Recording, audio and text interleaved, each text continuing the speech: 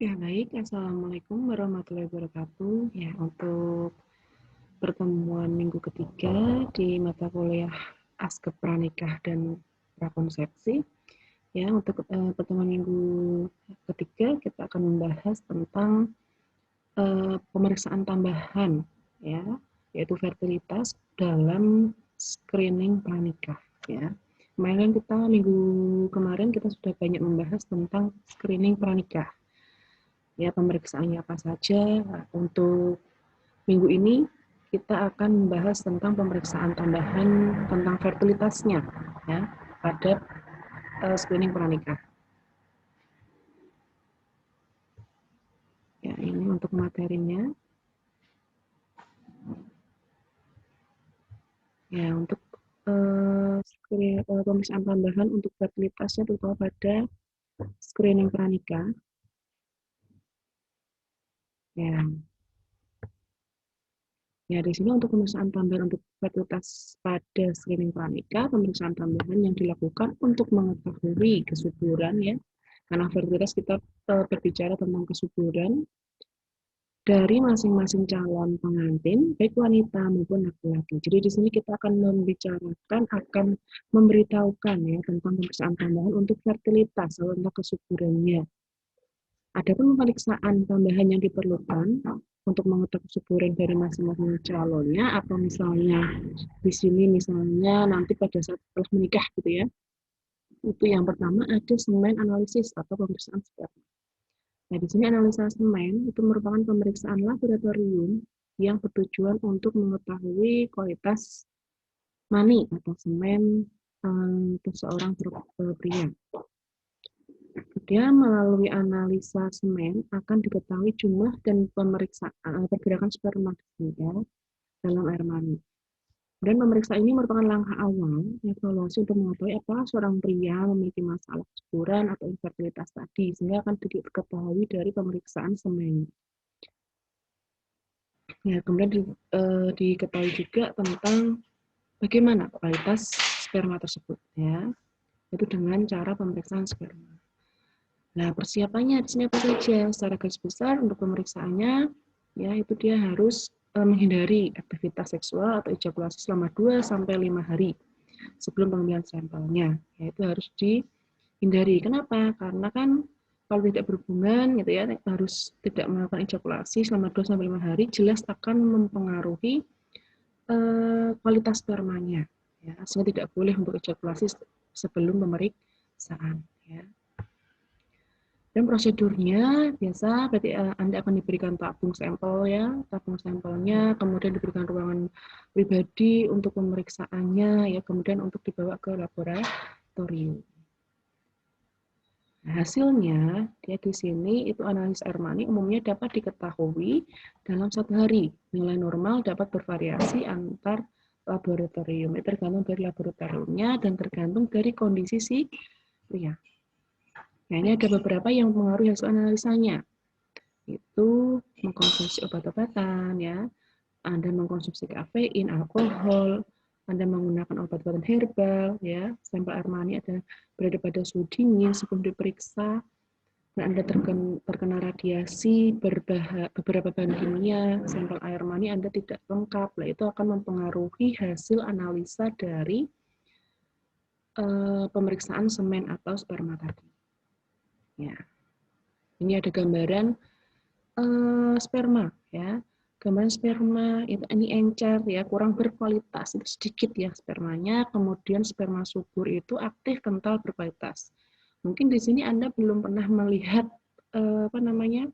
di laboratorium ya, misalnya di Sarjito itu ada lab tentang reproduksi ya, itu Anda dapat melihat sperma di situ, masuk situ bisa melihat sperma dengan menggunakan alat mikroskop ya, sehingga nanti bisa melihat pergerakan sperma itu memang sangat kencang sekali ya. Nah, itu yang kencang itu disebut sperma yang subur, aktif, kental, berkualitas. Mungkin di sini kita tidak bisa tidak misalnya ini hal yang tabu, ini merupakan suatu pengetahuan ya. Kemudian kondisi normal dan abnormal pada sperma, jumlah sperma ini yang jumlah berspermanya normal banyak, jumlah sperma sedikit ya, Kemudian juga sperma normal dia bentuknya seperti ini, sedangkan sperma yang abnormal bentuknya melengkung dan kepalanya kecil.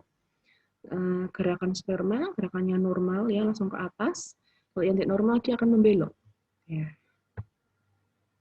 Ini ada beberapa pengetahuan, ada azoosperma dan sebagainya, itu hanya istilah kita sekilas saja. Kemudian yang kedua untuk menentukan kesuburan itu dengan suhu basal tubuh. Ya, suhu basal tubuh itu suhu tubuh Anda di pagi hari sebelum bangun dari tempat tidur dan beraktivitas. Jadi sebelum bangun tidur ya Anda membuka mata langsung diperiksa suhunya. Ya, dengan menggunakan suhu apa? Suhu badan atau apa itu ya? Suhu badan. Biasanya perubahan suhu basal tubuh akan terjadi sekitar 12 sampai 24 jam setelah ovulasi atau masa subur berlangsung. Inilah mengapa pengukuran suhu basal tubuh bukan untuk menentukan kapan Anda harus melakukan hubungan seks, tapi untuk memberitahu Anda bahwa ovulasi itu telah terjadi ya. Kemudian banyak dokter ahli kandungan menyarankan pasien untuk mengukur suhu basal tubuh ketika mereka mencoba untuk hamil. Tujuannya untuk apa? Untuk mengetahui apakah ovulasi itu berlangsung normal atau tidak ya. Jadi disarankan untuk mengukur suhu basal tubuh. Kemudian bila Anda melakukan pencatatan secara rutin dan teratur, dokter bisa segera mengidentifikasi dan mencoba mengatasi masalah ovulasi atau masa subur secepat mungkin. Ini bagaimana pengukuran suhunya ya. Normalnya suhu tubuh perempuan saat tidak ovulasi 35,5 derajat sampai 36, tergantung pada individu dan suhu tempat tinggalnya. Setelah telur dilepaskan oleh indung telur atau ovarium, rata-rata perempuan akan mengalami kenaikan suhu basal tubuh yaitu sekitar 0,5 ya untuk kenaikan suhu tubuhnya. Karena setelah ovulasi, peristiwa pelepasan telur oleh indung telur yang merupakan masa subur, indung telur mengeluarkan hormon progesteron, sehingga akan naik. Nah, bagaimana teknik pengukurannya? Teknik pengukurannya dengan menggunakan termometer suhu basal tubuh ya, mencatat kenaikan suhu akurat ketimbang termometer biasa. Jadi ada termometernya sendiri, suhu basal tubuh. Anda bisa memilih termometer jenis merkuri atau digital yang lebih akurat. Kemudian ditulis dalam suatu grafik ya. Nanti dilihat apakah grafiknya itu naik atau tidak ya. Kita lihat dari hasil pengukuran. Jadi dicatat setiap harinya untuk suhu basal tubuhnya ya. Termometer suhu basal tubuh harus dimasukkan ke mulut atau dubur selama 5 menit. Jadi harus diperiksa, harus dimasukkan ya. Nah, hasil pengukuran jelas dalam lembar tadi, grafik suhu basal tubuh dengan jarak 0,1 derajat Celcius setiap hari. Grafik ini dibuat di atas kertas milimeter blok, ya, akan diukur setiap hari Anda mengukur, ya.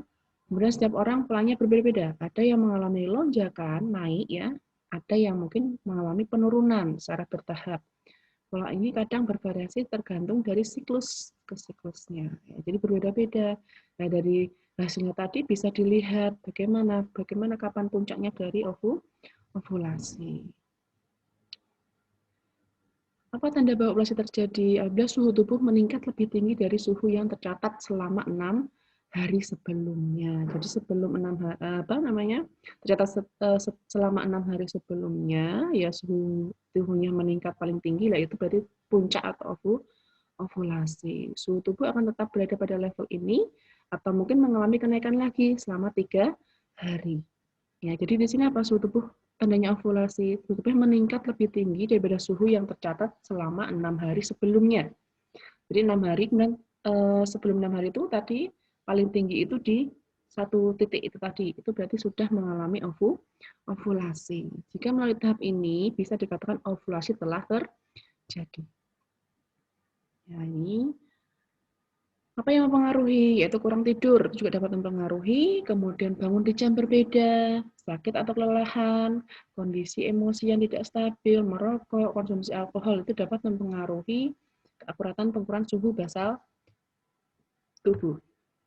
Nah, ini contohnya ya. Untuk suhu basal, untuk periode siklus menstruasi ya. Yang di sini 14 hari dia akan meningkat. Kemudian pemeriksaan lender cervix itu juga termasuk dalam menentukan atau pemeriksaan untuk kesuburan atau fertilitas. Di sini kita harus mengenali ya karakteristik lendir serviks yang dikeluarkan setiap hari. Sebelum memeriksakannya, pelajari terlebih dahulu karakteristik lendir serviksnya sepanjang siklus. Dengan demikian, Anda dapat memantau siklus menstruasi dan ovulasi dengan lebih efektif. Lendir serviks mungkin tidak akan keluar dalam 3-4 hari setelah masa menstruasi selesai. Ya, setelah beberapa hari pertama, sedikit lendir serviks yang keruh dan lengket mungkin akan keluar selama 3-5 hari. Tandanya apa sih jika mengalami kesuburan, ya, mengalami masa subur, ya, lendir serviksnya akan akan bertambah banyak dan basah. Ya, bahkan ini berhubungan dengan saat-saat menjelang dan selama ovulasi. Lendir juga mungkin akan terasa tipis, licin, dan sangat elastis, jadi lentur ya untuk lendir di bagian serviksnya. Kemudian setelah ovulasi, lendir serviks mungkin tidak akan keluar hingga 2 minggu sebelum Anda menstruasi kembali. Ya, ini fase-fasenya ya, lendir serviks dan sebagainya. Jadi kita untuk lendir serviksnya mulur seperti ini ya. Kalau misalnya kita pegang, kita ambil pakai tisu atau pakai tangan langsung ya, kita mulur, kita pegang, kita akan mulur. Itu tandanya Anda dalam masa subur. Ya, ini juga perlu dicatat di dalam dalam catatannya. Ya, pasti untuk mencatat warnanya seperti kuning, putih, jernih atau keruh. Kemudian cara konsistensinya, kental, lengket, atau elastis. Ya, tuliskan yang Anda rasakan saat menyentuh lendir-lendir. Mungkin terasa kering, basah, atau licin. Anda juga mungkin perlu menyentuh vulva dan mencatat sensasi di bagian tersebut, apakah kering, lembab, atau basah. Ya, ini contohnya. Ini juga periksa lendir serviks sebelum dan setelah buang air kecil. Ya.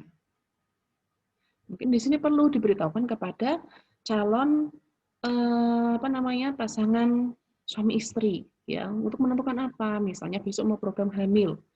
Ya, kita juga harus menentukan bahwa ada yang namanya pemeriksaan masa subur atau kesuburan supaya apa? Program hamilnya ya, misalnya mau belum hamil juga bisa ditunda terlebih dahulu. Dan periksa vulva dan sensasinya. Raba perlahan area vulva dengan jari. Ya, itu juga perlu. Bagaimana sih rasa yang dirasakan itu? Vulva merupakan bagian luar organ kelamin wanita yang meliputi klitoris, labia, lubang vagina, dan jaringan kulit di sekitarnya. Ya, Anda sebagai calon pengantin ya di sini, terutama Anda sendiri misalnya yang belum menikah tidak usah ragu-ragu, tidak nyaman menyentuh vulva, itu jangan sampai Anda melakukan hal tersebut. Itu melakukan sesuatu yang salah, karena kita harus bisa mendeteksi sendiri apa sih yang terjadi dalam tubuh kita sendiri. Nah, ini kemudian dicatat, dievaluasi catatan lendir serviks Anda setelah 1 atau beberapa siklus menstruasi, bacalah. Jadi kita catat ya, itu sampai 1 siklus menstruasi. Untuk mengetahui kapan sih sebenarnya saya masa suburnya, ya. Kemudian tes Vern, ya, itu uji pakis. Lendir serviksnya merupakan salah satu parameter dalam evaluasi lendir serviks. Verling adalah pembentukan struktur seperti daun pakis mengacu pada derajat, pola, dan tampak jika lendir dikeringkan di atas permukaan kaca objek. Ya, jadi di sini harus dibawa ke lab, ya, ke laboratorium, sehingga untuk mendeteksi bagaimana hasil lendir serviks tersebut, ya, apakah nanti berupa daun pakis atau tidak, itu namanya tes Vern. Ya. Nah, ini seperti ini. Nanti untuk misalnya sudah diperiksa, jadi objek gelas untuk lendir serviksnya akan berupa daun pakis, menyerupai daun pakis, itu namanya tes Vern. Ya. Kemudian uji pasca senggama yang terakhir. Ini pemeriksaan uji pasca senggama dimaksudkan untuk mengetahui kemampuan tembus spermatozoa. Menyerbu lendir serviks, caranya dianjurkan melakukan hubungan seks di rumah dan setelah 2 jam datang ke rumah sakit untuk pemeriksaan. Itu jika memang suatu pasangan memang lagi sedang program kehamilan dan sebagainya. Nah, itu berarti memang ada yang namanya uji pasca senggama. Ini bila ada yang memang kesulitan dalam mendapatkan keturunan. Ya. Ini pemeriksaannya dilakukan sekitar perkiraan masa ovulasi, yaitu hari ke-12, 13, dan 14. Memang kita akan evaluasi ovulasi masa subur pada seorang wanita itu puncaknya hari ke-14 ya. Dengan perhitungan menstruasi pertama dianggap hari pertama. Jadi kita melihatnya dari hari pertama menstruasi ya sebagai hari pertama, kemudian sampai ke hari ke-14 itu berarti puncaknya dari masa subur jika siklusnya memang teratur ya. Hasilnya memang masih belum mendapat kesepakatan para ahli. Memang uji sperma ini masih bertentangan sehingga masih jarang sekali yang melakukan uji seperti ini. Biasanya yang sering digunakan untuk tes kesuburan itu ya tadi uji sperma ya, analisis sperma, kemudian lendir serviks, kemudian suhu basal tubuh ya, walaupun juga banyak sekali bertentangan ya, karena kan suhu basal tubuh akan berpengaruh sekali jika misalnya suhu ruangan dan sebagainya juga akan mempengaruhi. Jadi biasanya dengan menggunakan tadi uji sperma, kemudian menggunakan lendir serviks yang biasa bisa kita amati sendiri ya. Kalau uji tes FRAM tadi kan harus ke lab, ke laboratorium. Ya. Dan ada tes LH. Tes LH itu merupakan uji untuk mengetahui jumlah hormon luteinizing dalam darah, yaitu hormon yang dikeluarkan oleh kelenjar hipofisis di bawah otak ya. Jadi sama seperti hormon follicle stimulating hormone ya. Hormon luteinizing juga berfungsi untuk membantu mengatur siklus menstruasi. Biasanya kalau kita belajar tentang siklus menstruasi, kita akan dipengaruhi oleh dua hormon. Hormon luteinizing dan hormon follicle stimulating. Nah, ini akan mempengaruhi siklus menstruasinya dan produksi sel telur. Nah, setelah itu untuk mengetahui produksi sel telur dan masalah menstruasi, tes ini juga biasanya dilakukan untuk mengetahui apakah wanita sedang berovulasi atau sudah mencapai masa. Biasanya tes ini dilakukan pada hari-hari tertentu dalam siklus menstruasi wanita. Ya, ini ada beberapa tes kesuburan. Ya, LH tes ovulasi ada sendiri seperti bentuknya seperti tes pack ya. Ya, jadi sekarang itu lebih mudah sekali ya untuk memeriksa suatu kesuburan. Bahkan kita juga bisa mendeteksi dengan menggunakan yang namanya lingkaran kesuburan itu ya di HP, program HP itu ada biasanya. Ya, semakin dimudahkan. Ya, sampai di sini. Jadi di sini memang sangat penting sekali. Kenapa pasangan sebelum menikah ya itu perlu juga diberikan konseling tentang yang namanya tadi pemeriksaan tambahan fertilitas dalam screening pranikah. Itu kan supaya pasangan tersebut bisa nanti misalnya mau program hamil langsung, dia bisa mengira-ngira, oh sebenarnya masa subur saya itu kapan? Sehingga dia misalnya berhubungan seksual, ya dia waktunya tepat, sehingga akan terjadi kehamilan. Begitu juga sama, jika misalnya belum pengen hamil, ditunda dulu dengan menghindari masa subur. Pada saat masa subur, kalau sudah tahu bagaimana caranya, tidak akan melakukan hubungan seksual. Begitu. Ya, untuk teori saya cuma sekian. Nanti setelah ini lanjut kita melakukan praktikum konseling tentang screening tentang pemeriksaan tambahan fertilitas dalam screening pranikah. Semoga untuk materi ini bermanfaat. Silakan setelah ini berdiskusi terlebih dahulu dan kemudian dilanjut dengan praktikum. Terima kasih. Saya akhiri. Wassalamualaikum warahmatullahi wabarakatuh.